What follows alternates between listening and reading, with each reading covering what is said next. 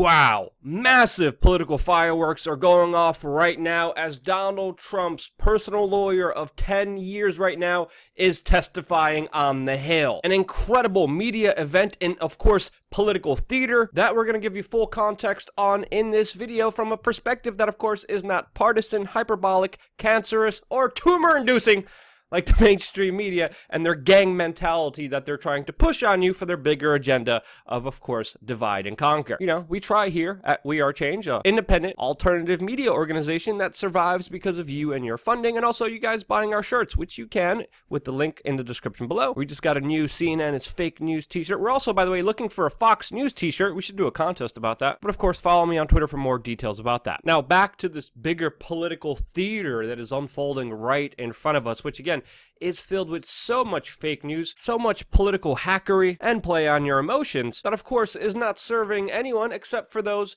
doing it for power, which this is really all just about. Now, we have two big competing sides here. We, of course, have Michael Cohen, who came out today and claimed that U.S. President Donald Trump is a lying, racist cheat. Very damning allegations against the U.S. president, and the GOP, of course, respectively responding with similar allegations, mainly calling Michael Cohen a fraudster, a felon, and, as again, it keeps being brought up here, someone who lied to Congress before, and alluding that he shouldn't be taken seriously today. These GOP lawmakers also tried to postpone this hearing.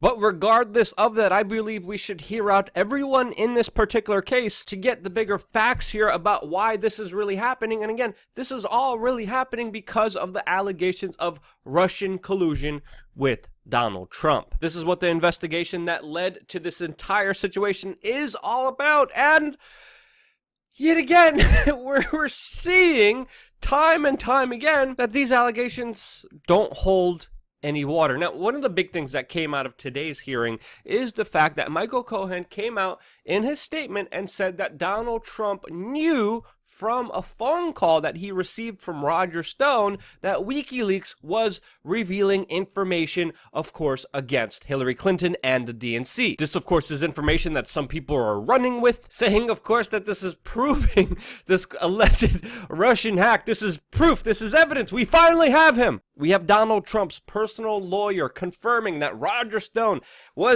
had the inside information with Julian Assange, called Donald Trump, and Donald Trump knew in advance of these DNC email hacks that were allegedly connected to Russia somehow. But again, the story falls flat on its face. Let's look at the facts here. Again, this is what even ABC is running with, talking about how disgraced former DNC head Debbie Wasserman Schultz, who, by the way, was actually exposed by these DNC hacks of rigging the elections against Bernie Sanders, mandering, illegally interfering, unfairly rigging the system against Bernie Sanders in favor of Hillary Clinton, that of course hired her right after she was disgracefully fired, and for still some reason this disgraced swamp monster still has a job as an elected official of the state of Florida somehow, was asking Michael Cohen about these details. Again, just blatantly misinforming people.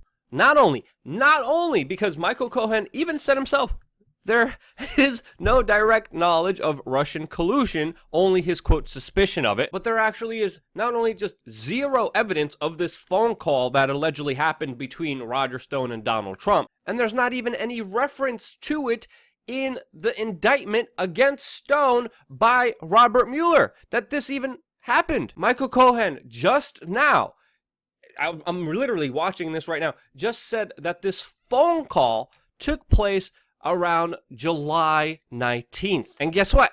Pretty much anyone with a pulse and paying attention knew about this ever since June of that year, because guess what? Julian Assange publicly announced it. He was talking about it. He was doing interviews about it. He was tweeting about it. Julian Assange made it no secret. He publicly talked about it to news organizations, to anyone who could hear him. Roger Stone, who of course is a political hack, is doing a lot of this for attention, is a well-known bipartisan troll, This guy, the same Roger Stone who made many predictions about WikiLeaks throughout the entire election, which he has been flat-faced wrong about many times. That Roger Stone, the attention-seeking, I can't curse here, the attention-seeking hack that is Roger Stone, somehow was able to sell this information as if it was previewed.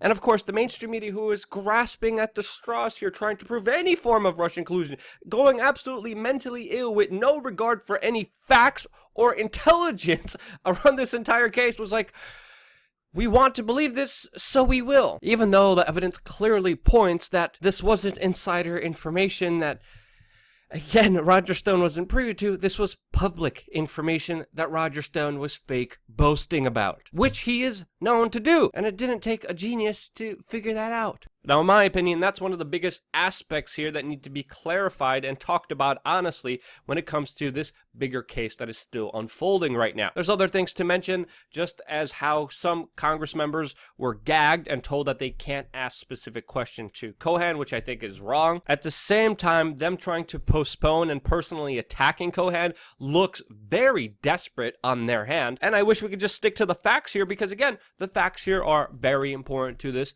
larger case and this larger kind of political theater that is unfolding right in front of us. Personally, I'm like, okay, we get it. He lied to Congress before. They're also bringing up the fact that Cohen failed to pay $4 million in taxes, filed false tax returns from 2012 to 2016, and of course, they're doing everything to try to tarnish his reputation during these very damning hearings. And I think it is important to understand here that Cohen is facing charges about lying to Congress, but also not paying his taxes. But it's also important to point out that a lot of what he did is politics as usual, but I would argue the likes of him and other lawyers and lobbyists like Tony Podesta's are really just an example of a corrupt system that is enabled not only by big money, but also big government, which predominantly cares about power and is very vengeful. And there's been incidences in this entire case that make you question its legitimacy, which I think are reasonable, like the fact that Robert Mueller did offer Tony Podesta immunity to testify against Paul Manafort with what essentially was the same acts as Paul Manafort, since they worked together lobbying on behest of horrible interests. It is also important to note here that Michael Cohen did also hire a lawyer that previously worked for and lobbied for Hillary Clinton. There are also some important contradictions to bring up here during, of course, this very personal spat and drama theater that's unfolding right now.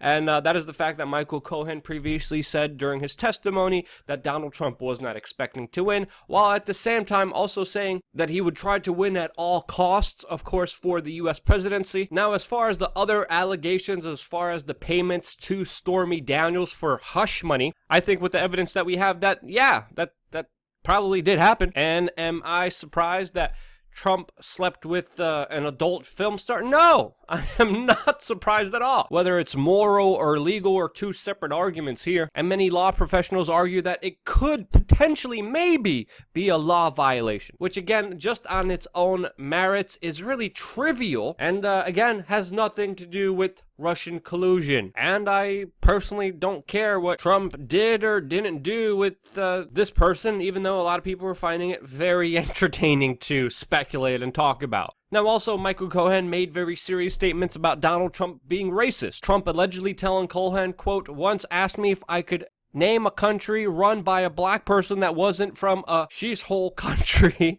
This was when Barack Obama was president of the United States, Cohen said about Trump being a racist. Also saying that Trump said specifically that allegedly black people would never vote for him because they were too stupid. Again, very serious allegations from Michael Cohen, but yet again, people need to understand here, they could possibly be true, but there's no evidence of them being true at all. Now, we know Michael Cohen previously recorded his conversations with clients and also with Donald Trump before, and yet there is no actual proof of this. So yet again, a lot of information in doubt, a lot of speculation, a lot of personal attacks, a lot of ad hominem attacks, and holy cow, could we just stick to the facts here behind this larger hearing and this drama theater unfolding in front of us. I attempted to do that in this video. If you think I did, share this video with your friends. If you think I didn't, feel free to chew me out in the comment section below, which of course we answer within the first hour that a video is out. So if you want to be a part of the discussion,